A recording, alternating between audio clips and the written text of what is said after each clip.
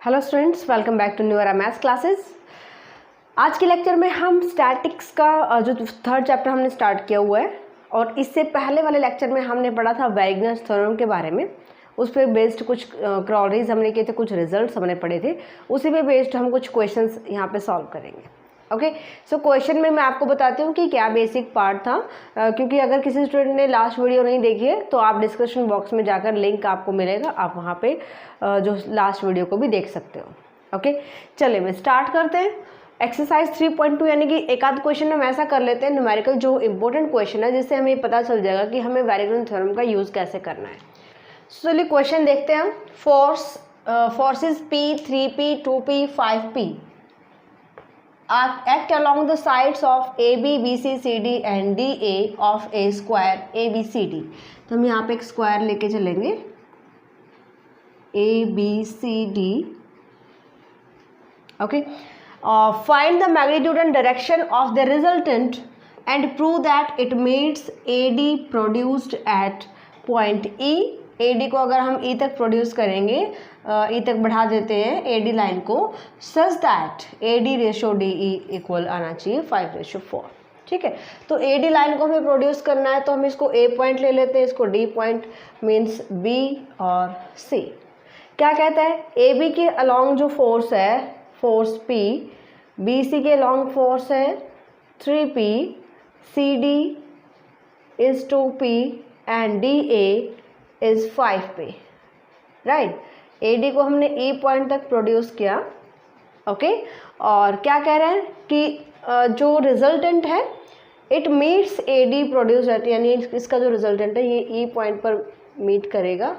कुछ इस टाइप से ले लेते हैं 10, और ये एंगल जो है वो हमें थीटा ले लेते हैं, positive direction of X axis, यानी कि parallel to X axis line. Okay, so AD हम लेके चलेंगे as a X axis, AB line लेके चलेंगे एज अ वाई एक्सिस।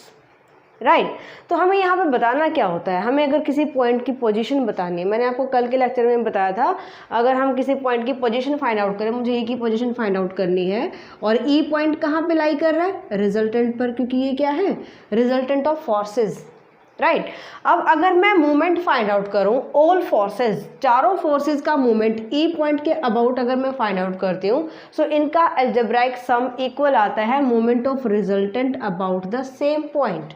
यानी कि अगर रिजल्टेंट का मूवमेंट हम E के अबाउट फाइंड आउट करेंगे तो इसका रिजल्टेंट का मूवमेंट किसके इक्वल हुआ, सबके मूवमेंट के सम के इक्वल। राइट, और हमें पता है कि अगर E पॉइंट जिसके अबाउट आप निकाल रहे हो और ये E पॉइंट वही पॉइंट रिजल्टेंट की लाइन ऑफ एक्शन पर अगर लाई करता है तो मूवमेंट हमारा ज़ीरो आता है। राइट, तो यहाँ से हम इसका यूज़ करेंगे। हमें अगर E की पोजीशन बतानी है कि ये E हमारा कहाँ पे लाई कर रहा है, मीन्स आपको ये बताना है कि इसका जो रिजल्टेंट है ये इस लाइन को आपने E तक प्रोड्यूस किया है ना, तो हमें डायरेक्शन फाइंड आउट करनी है, रिजल्टेंट का मैग्नीट्यूड फाइंड आउट करना है। तो मैग्नीट्यूड तो हम पहले भी पढ़ चुके हैं, कैसे निकालेंगे। ओके, चलिए देखिए कैसे यूज़ करना है आपको। सबसे पहले आप यहाँ पे बताइएगा कि ये आपके पास सारे फोर्सेज हैं अकॉर्डिंग टू दिस लाइन, ये फोर्स हमारा एक्ट कर रहा है। तो यहाँ पे हम रिजॉल्व करेंगे।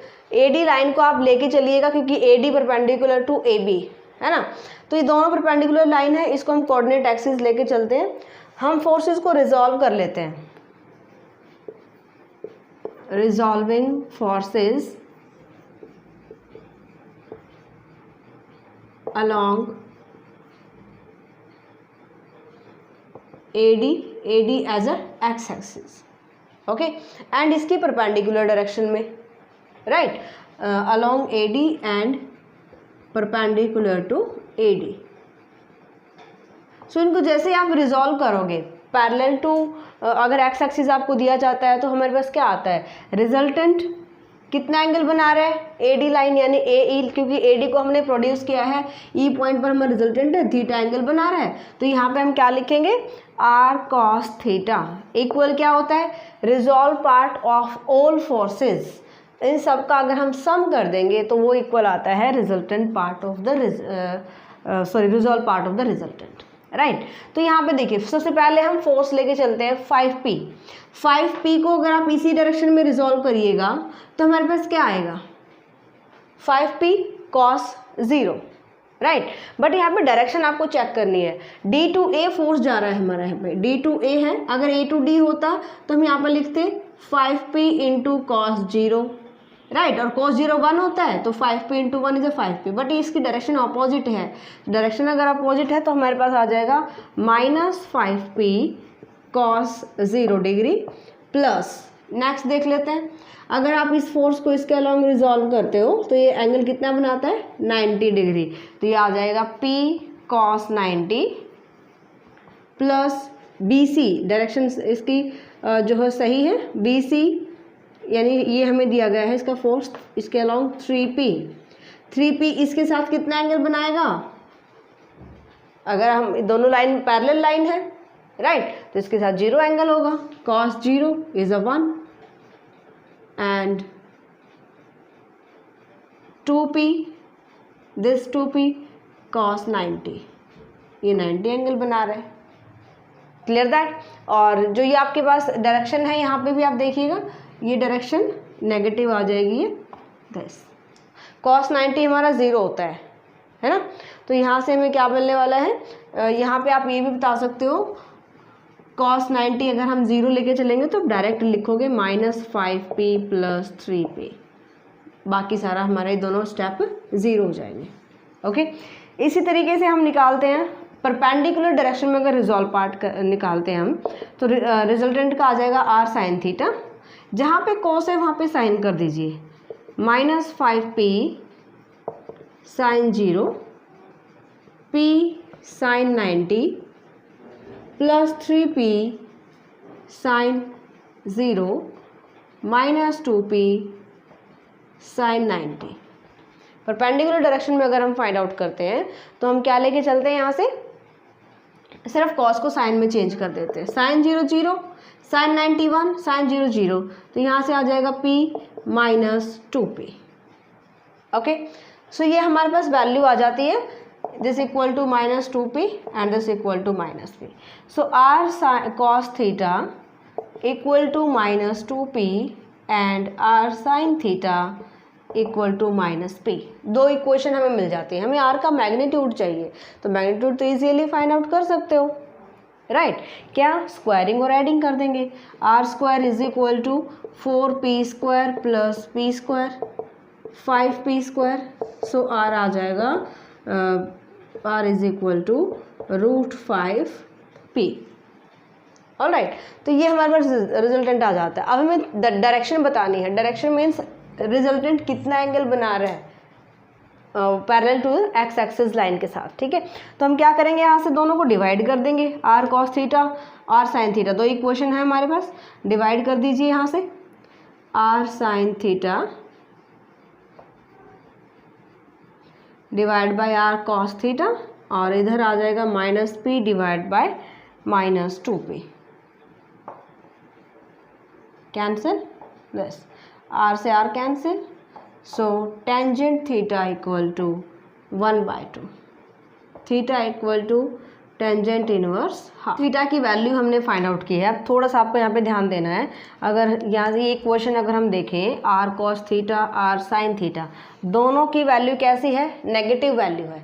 इसका मतलब जो हमारा एंगल है वो कौन से क्वाड्रेंट में लाई करेगा, जहाँ पे दोनों इक्वेशंस हमारी नेगेटिव आ रही है। cos theta sin theta negative किस में होते हैं, थर्ड क्वाड्रेंट में होते हैं, राइट। तो इसको हम क्या लिखेंगे, पाई प्लस थीटा को हम यहाँ पे बताएंगे as r cos theta and r sin theta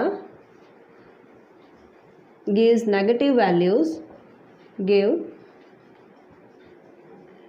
negative values, therefore theta lies in third quadrant, so theta को हम लिखेंगे pi plus tangent inverse half. ये आपका फाइनली डायरेक्शन हमें मिल जाएगा कि जो रिजल्टेंट है वो कहाँ पे जो है वो एक्ट कर रहा है, राइट। तो रिजल्टेंट जो आप देख पा रहे हो थर्ड क्वाड्रेंट में आएगा हमारे पास। और इसके बाद हमें बताना है कि अगर ये प्रूव कीजिए कि रिजल्टेंट ई पॉइंट पर मीट करता है और ये रेशियो हमारा ये आ जाना चाहिए, बतानी है कि आप ये इस रेशियो में आपको ये पॉइंट मिलेगा, तो उसके लिए हम वैरिग्नन थ्योरम का यूज़ करेंगे। और वैरिग्नन थ्योरम क्या कहती है कि आप मोमेंट फाइंड आउट कीजिए about the point E, right. तो हम यहाँ पे फाइंड आउट करते हैं moment of all forces about a point taking movement about E. So हमें ये पता है कि सबका अलजेब्राइक सम अगर करते हैं मूवमेंट अबाउट ई पॉइंट के फाइंड आउट करके, वो किसके इक्वल होता है, मूवमेंट ऑफ रिजल्टेंट अबाउट ई, है ना। तो वो किसके इक्वल आएगा, 0 के। चलिए करते हैं। 5p first force about E find out करोगे, सो परपेंडिकुलर डिस्टेंस इसका 0 रहेगा, राइट। नेक्स्ट आता है this is 2p force, 2p और इसका perpendicular distance this is d to e, यानी ये फोर्स और अबाउट इस पॉइंट के निकाल रहे हो ना, अबाउट पॉइंट ई। तो हम क्या करते हैं, फोर्स इनटू इट्स का परपेंडिकुलर डिस्टेंस ई पॉइंट से line of action of force तक, ठीक है। तो 2p into D E, okay. Next आ जाता है 3a। अब 3a about this point, so this is negative clockwise direction, 3p into, हम यहाँ पे बताएंगे इसका जो डिस्टेंस है, यानी कि इसके स्क्वायर की जो साइड्स ले लेते हैं हम, ए साइड, हर एक जो साइड है वो A B B C C D D C C D D C जो भी बोलिए वो सब के सब जो है वो ए। सो 3p फोर्स और परपेंडिकुलर डिस्टेंस, यहाँ से अगर हम देखें तो परपेंडिकुलर डिस्टेंस क्या है इस लाइन पे, हमारे पास है ए। लास्ट फोर्स है माइनस पी, माइनस क्यों, क्योंकि ये भी क्लॉकवाइज डायरेक्शन में है, माइनस पी इंटू इसका जो परपेंडिकुलर डिस्टेंस ए ई, यहाँ से परपेंडिकुलर डिस्टेंस ई तक का, और इक्वल टू रिजल्टेंट इंटू 0, क्योंकि यहाँ पे परपेंडिकुलर डिस्टेंस हमारा 0 रहेगा, movement of resultant about this point is 0। सो यहाँ से हम फाइंड आउट करेंगे, सॉल्व करेंगे इसको, ये 0 हो जाएगा, 2p into D E minus 3p into A minus p into A E को आप ब्रेक कर लीजिए, A D plus D E में इक्वल टू 0। ए डी की वैल्यू हमने क्या ले रखी है, ए टू डी, ये सारा हमने ए फाइंड लिया हुआ है। सो 2p into D E minus 3p ए माइनस p इंटू ए डी की वैल्यू में ए पुट कर लेती हूँ, प्लस डी ई, और इसको ओपन कर लीजिए, minus P into A minus P into D E equal to 0। तो सॉल्व करें, 2p टाइम, यहाँ पे p टाइम है, so p into D E minus 4p A equal to 0। p common ले लेते हैं, p into D E minus 4a equal to 0 means p is not equal to 0, then D E equal to आ जाएगा 4a, क्योंकि हमारे पास ये रहेगा D E minus 4a equal to 0। D E हमें डी ई की वैल्यू मिल जाती है, और ए डी की वैल्यू कितनी है, ए डी की वैल्यू है ए।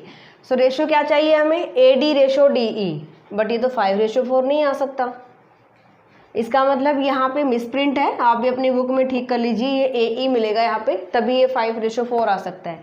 कैसे, ए ई डिवाइड बाय आप सॉल्व करते हो, A E divide by D E, so A E को हम ब्रेक करके लिख सकते हैं, A D plus D E divide by D E, और ए डी की वैल्यू है ए plus 4a divide by 4a, और ये आ जाएगा 5a divide by 4a means 5:4। तो यहाँ पे हमें e मिलेगा, d नहीं मिलेगा। किसी भी बुक में अगर यहाँ पे d है तो आप इसको करेक्ट कर लीजिएगा, AD रेशो DE हमारे पास आ जाता है 5:4, राइट। तो ये सारा तो हम पीछे चैप्टर में कर चुके हैं। सो अभी जो हमने नया क्या पढ़ा है, जो इसमें वैल्यून थ्योरम का हमने यूज़ किया है, मूवमेंट हमें फाइंड आउट करना है अबाउट द पॉइंट टी, अगर हमें पोजीशन बतानी है, अगर डिस्टेंस फाइंड आउट करना है, इस टाइप से अगर आपको रेशियो फाइंड आउट करना, मेन होता है किसी पॉइंट की पोजीशन बताना, सो उसके लिए हम वैल्यून थ्योरम का यूज़ करेंगे। नेक्स्ट क्वेश्चन देखिए, 3 forces 3p 7p 5p acts along the sides of A B B C C A of an equilateral triangle. हमें इक्विलेटरल ट्रायंगल दी गई है A B C. Find the magnitude and direction of the resultant, वही जो पहले वाले question में हमने किया है, ये बिल्कुल ईजी हम कर सकते हैं, रिजॉल्व करेंगे हर फोर्स को और वहाँ से हम सॉल्व कर सकते हैं, ठीक है। Find also the point E in which the line of action meets B C, ठीक है। तो यहाँ पे हमें बताना है फाइंड द मैग्नीट्यूड, ठीक है, also find the point E in which the line of action meets B C point को, ठीक है। तो डायग्राम देख लेते हैं इसका, कैसे आपको यहाँ पे लेके चलना है। इक्विलेटरल ट्रायंगल लेंगे हम,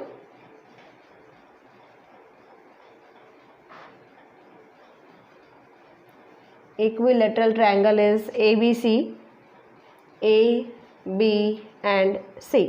इसके अलॉन्ग जो फोर्सेस हैं 7P, AB के अलॉन्ग है 3P, 7P एंड C से A, this is 5P, right. फिर हमें बोला जाता है find the magnitude resultant, resultant का डायरेक्शन मैग्नीट्यूड फाइंड आउट करो। Find the point E in which the line of action meets BC, BC line को आप प्रोड्यूस करोगे E पॉइंट तक। ये आपको बताना है कि जो रिजल्टेंट का लाइन ऑफ एक्शन है ये इसको E पॉइंट पर यहाँ पे मीट करता है। जैसे हमने पीछे वाले क्वेश्चन में किया था, वहाँ पे स्क्वायर था, यहाँ पे ट्रायंगल दिया गया है, राइट। तो ये हम लेके चलते थीटा एंगल बना रहे हैं और यहाँ से हम जैसे हमने स्क्वायर में वहाँ पे रिजॉल्व किया था, अभी हम ऐसे रिजॉल्व करेंगे। सभी फोर्सेस को आप रिजॉल्व करोगे। सॉल्यूशन देख लेते हैं इसका कैसे करना है। Resolving forces along and perpendicular to BC। So अगर आप अलोंग डायरेक्शन में अगर आप रिजॉल्व करते हो सो आपको रिजल्टेंट कितना एंगल बना रहा है BC के साथ, थीटा एंगल बना रहा है। R cos theta equal to algebraic sum of the resolve part of all forces. तो यहाँ पे देख लेते हैं 7P फोर्स, 7P इटसेल्फ जो एंगल बनाएगा 0 एंड नेक्स्ट फोर्स है हमारे पास 5P और 5P जो है ये कितना एंगल बना रहा है इसके साथ BC लाइन के साथ। सो ये एंगल हमारा है 60 डिग्री, राइट। तो ये आ जाएगा 120। इसी तरह से जब हम इसको चेक करेंगे कि 3P जो है यानी कि AB लाइन BC के साथ कितना एंगल बनाएगी, तो ये आपको प्रोड्यूस करना पड़ेगा कुछ इस तरह से दिस।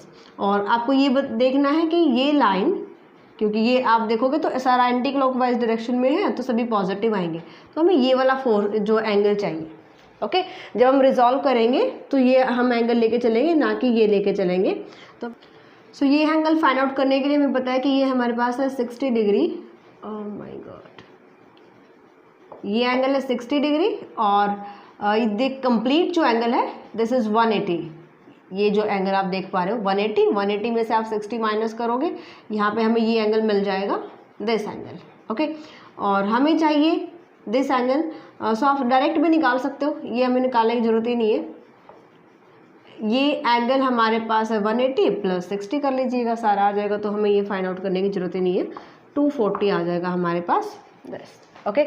सॉल्व करेंगे यहाँ से R cos theta is equal to 7P plus 5P cos of 90 या 180 माइनस 60 कर सकते हो, plus 3P cos of 180 plus 60, okay. दोनों ही केसेस में नेगेटिव आने वाली है वैल्यू। सो 7P cos 0 1 होता है इसलिए 7P रह जाएगा, plus 5P into cos 180 minus 60, 180 पर no change, second quadrant, second में cos नेगेटिव और cos 60 कितना होता है -½ okay, plus 3P cos of 180 plus third quadrant में भी हमारा नेगेटिव जाएगा, सो -½ right.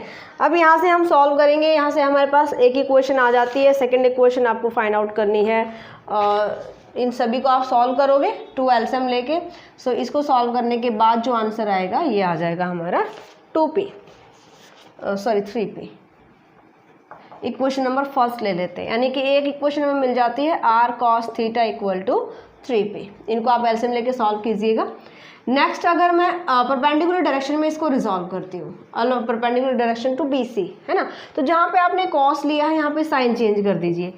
R sine theta equal to 7P sine 0 plus 5P sine 120 plus 3P sine 240, right. यहाँ से आप इसको सॉल्व कर सकते हो, 180 प्लस 60, 180 माइनस 60, 180 प्लस 60, केवल साइन आ जाएगा यहाँ से, राइट। तो यहाँ से आ जाएगा R साइन थीटा। इसको सॉल्व करने के बाद जो इक्वेशन आने वाली है √3P, ये हमारा 0 हो जाएगा। इक्वेशन नंबर सेकेंड, फर्स्ट और सेकेंड को स्क्वायरिंग एंड एडिंग करोगे from first and second, R square is equal to 9P square plus 3P square means 12P square, और R की जो वैल्यू है ये आ जाएगी 2√3P, ओके। तो मैग्नीट्यूड हमें मिल जाता है। इसके बाद हम देखते हैं, डिवाइड कर लेते हैं दोनों को। Tangent theta is equal to √3p, second divide by first, और फर्स्ट है 3p, p से p cancel, 1/√3, right. So theta की वैल्यू क्या आ जाएगी यहाँ से, theta is equal to 1/√3, positive दो क्वाड्रेंट में आता है, दोनों वैल्यू आपको बतानी है, या तो 30 डिग्री होगी या फिर 2 110 क्यों, क्योंकि हमारे पास 180 प्लस आप 60 जो 30 करिएगा, राइट, 180 प्लस 30 करेंगे, थर्ड क्वाड्रेंट में टेंजेंट हमारा पॉजिटिव होता है, 180 पर नो चेंज, ओके। तो यहाँ से दोनों केसेस में आपको वैल्यू फाइंड आउट, दोनों क्वाड्रेंट में जिसमें टेंजेंट पॉजिटिव होता है। थीटा की दो वैल्यू मिल जाती है मुझे। अब कौन सी वैल्यू लेके चलेंगे, ये वैल्यू लेंगे या ये वैल्यू लेके चलेंगे। अब आप इक्वेशन में देखिएगा r sin थीटा और r cos थीटा दोनों वैल्यू हमें पॉजिटिव मिल रही है, equation first, equation number second, right. तो दोनों वैल्यू यहाँ से पॉजिटिव है, तो हम यहाँ पे लेके चलेंगे कि दोनों फर्स्ट क्वाड्रेंट में लाई करेंगे। टेंजेंट थीटा यानी थीटा की जो वैल्यू आएगी आ जाएगी 30 डिग्री, ओके। अब इसके बाद हमें बतानी है position of E point. Position of E के लिए हमें यहाँ पे फाइंड आउट करना पड़ेगा moment of all forces, okay. तो यहाँ से देखिएगा भाई, मोमेंट ऑफ, या मोमेंट डायरेक्ट ले देती हूँ मैं, मोमेंट अबाउट पॉइंट ई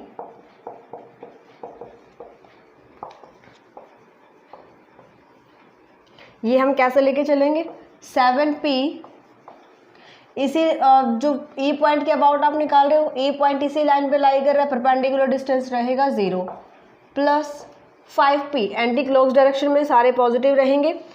इसके बाद हम देख लेते हैं, हमें यहाँ से जो लाइंस लेनी है इनका परपेंडिकुलर डिस्टेंस आपको यहाँ पे लेके चलना पड़ेगा। मीन्स जैसे अगर मैं इस लाइन का परपेंडिकुलर डिस्टेंस लेके चलूँ, इसको मैं थोड़ा सा प्रोड्यूस कर लेती हूँ और इसको इधर, तो ये लाइन परपेंडिकुलर हो जाएगी, ठीक है। तो ये पॉइंट नेम दे देते हैं हम, इस पॉइंट, इसको जो है वो पॉइंट नेम लेके चलेंगे।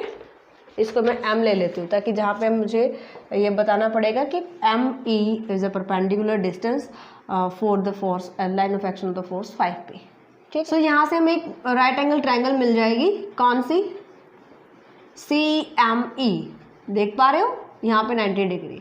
अब इसके जो ई पॉइंट से इसका परपेंडिकुलर डिस्टेंस हमें चाहिए। सो हम क्या करेंगे, यहाँ से एक परपेंडिकुलर ड्रॉ कर लेते, दिस इज, जैसे आप इसका मूवमेंट निकालोगे 3p इंटू E2, इसको नेम दे देते हैं हम n, ये जो पॉइंट आप देख पा रहे हो ये n पॉइंट ले लेते हैं हम, ठीक है। तो चलिए पहले हम मूवमेंट देखते हैं। यहाँ पे 3p इंटू परपेंडिकुलर डिस्टेंस यहाँ से En प्लस 5p का परपेंडिकुलर डिस्टेंस अगर हम देखें तो यहाँ से आ जाएगा, अबाउट ई पॉइंट निकाल रहे हो, ये हमारे पास लाइन ऑफ एक्शन है कौन सी, 5p की। ये थोड़ा सा स्ट्रेट लेके चलना है आपको, इधर मैंने लिखा हुआ था इसलिए थोड़ा मैंने इधर कर दिया था इसको। तो ये आ जाएगा perpendicular distance m into E equal to r into 0, क्योंकि मोमेंट आप रिजल्टेंट का निकालोगे तो इसी लाइन ऑफ एक्शन पर पॉइंट है, तो 0 इन परपेंडिकुलर डिस्टेंस, ये 0 हो जाएगा। 3p इंटू en की वैल्यू निकालिए, E2n, en की वैल्यू अगर आप यहाँ से ट्रायंगल देख पा रहे हो, दिस, ये e पॉइंट, ये हमारे पास b point and this is n point, यहाँ पे 90 डिग्री और ये एंगल कितना है 60 डिग्री, ऑलराइट। तो यहाँ पे मुझे वैल्यू चाहिए BE की, तो ये आ जाएगा EN divide by, sorry ENE की वैल्यू चाहिए, तो EN divide by BE is sine 60, BE sine 60 degree, right, plus 5p, ME की वैल्यू कैसे निकाले हम, ये राइट एंगल ट्रायंगल, जो ये राइट एंगल ट्रायंगल बन रही है, यहाँ पे M पॉइंट, यहाँ पे E पॉइंट है, यहाँ पे C पॉइंट है, और ये एंगल कितने का रहेगा, क्योंकि ये 120 है तो ये एंगल 60 डिग्री, राइट। सो CE और हमें चाहिए 10, मुझे ME की वैल्यू चाहिए, ये हमारा हाइपोटेन्यूज हो जाएगा, ME divide by CE is sine 60, so ये आ जाएगा CE sine 60 equal to 0, right. Then 3p b into E minus sine 60 common लो, कैंसिल करो, plus 5p into C into E को हम क्या लिख सकते हैं, BE minus BC equal to 0, open कर लीजिए, plus 5p into BE minus 5p into BC equal to 0। 3p plus is 8p BE equal to 5p BC, right. So यहाँ पे जो आंसर है ये है 5/2, लेकिन हमारा 5/8 आएगा। सो कहीं ना कहीं हमने मिस्टेक की है। मोमेंट अगर मैं 7p लेती हूँ, ठीक है, clock anti clockwise, this is, जी हाँ, ये नेगेटिव आएगा भाई। 3p is anti clockwise but 5p हमारा नेगेटिव आएगा because this is clockwise direction. तो ये 5p नेगेटिव, यहाँ पे नेगेटिव आएगा दिस, एंड अब सही आंसर आएगा, ये आ जाएगा हमारे पास पॉजिटिव, और ये 2p is equal to 5p BC, और BE की वैल्यू निकाल सकते हो आप, p से p कैंसिल करोगे, 5/2 BC। Now our answer is right. Okay, तो मोमेंट फाइंड आउट करते टाइम आपको डायरेक्शन बहुत अच्छे से चेक करनी है, जैसे हमने इसमें चेक किया था, क्योंकि अबाउट ई पॉइंट निकाल रहे हो तो ई पॉइंट के लिए हमारे पास ये क्लॉकवाइज डायरेक्शन में जा रहा है। सो इस टाइप से आपको क्वेश्चंस फाइंड आउट करने हैं। किसी भी पॉइंट की अगर पोजीशन बतानी है आपको, सो आपको यहाँ पे बताना है कि BE जो है वो B2E is equal to 5/2 BC, यानी E की हमने पोजीशन बताई यहाँ पे पॉइंट की। और सो इसी में हमें वायगन थ्योरम का यूज़ करना है, और बाकी जो क्वेश्चंस हैं सबका कंसेप्ट सेम रहेगा, आप उनको ट्राई कीजिए। किसी क्वेश्चन में प्रॉब्लम आती है तो आप कमेंट सेक्शन में डाल सकते हो, सो इनको ट्राई करो। मिलते हैं नेक्स्ट लेक्चर में, बाय।